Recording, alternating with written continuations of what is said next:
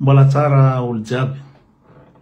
Na avy koa zany ndraiky video anaka matinal be ty fa misy information maiky zegny mila lefa amin'olo Madagasikara agny.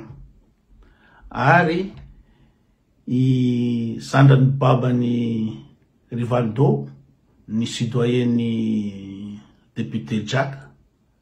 Député Jack io olo Asambavo.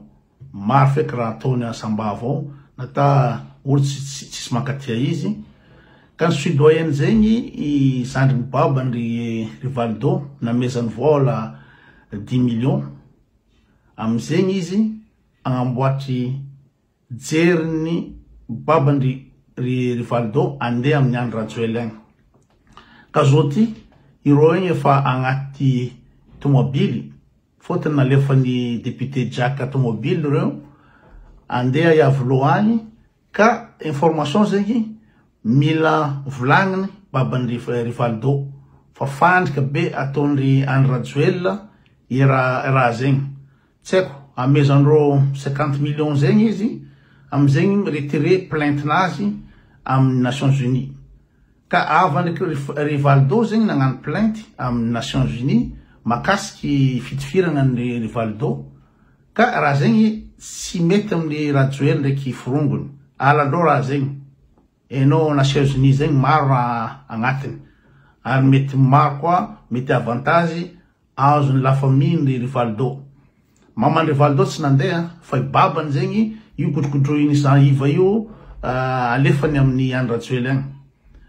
Ka fandriky io fotony izy koa izy avy amin'ny rajoely agny tirendreo izy natambatambazondreo izy iretiré plainte. Zegny fandehany le raha.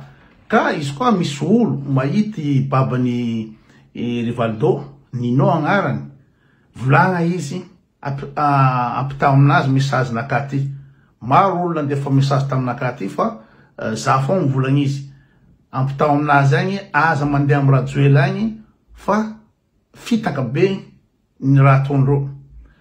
I olo maty zegny tsy vitany 50 millions na balaoasiny andro rajoely efa hainareo. Fa izy koa la famille ny Rivaldo nitory amin'ny Nations Unies mbola hafa koa avantage mbola maventy kokoa avantage ny amin'ny réparation mety ho azony. Ka ambla izy ody avle izy ody tsy andeha amin'ny andro rajoely agny. Zegny zany le afatra tian'olo ampitaigny. Ka za raha mampita afatra fo fa hainareo za amin'ny tany misy za ty fa maro ndraiky raha regniko, maro ndraiky raha haiko. De mampita le afatra zany za izy koa anareo zegny mahita ny Nino babany Rivaldo volagna izy tsy fitainy rajoely amin'ny fatifatina vola ameny anazy zany. Zegny fonga le afatra fa samy tsara aby atsika.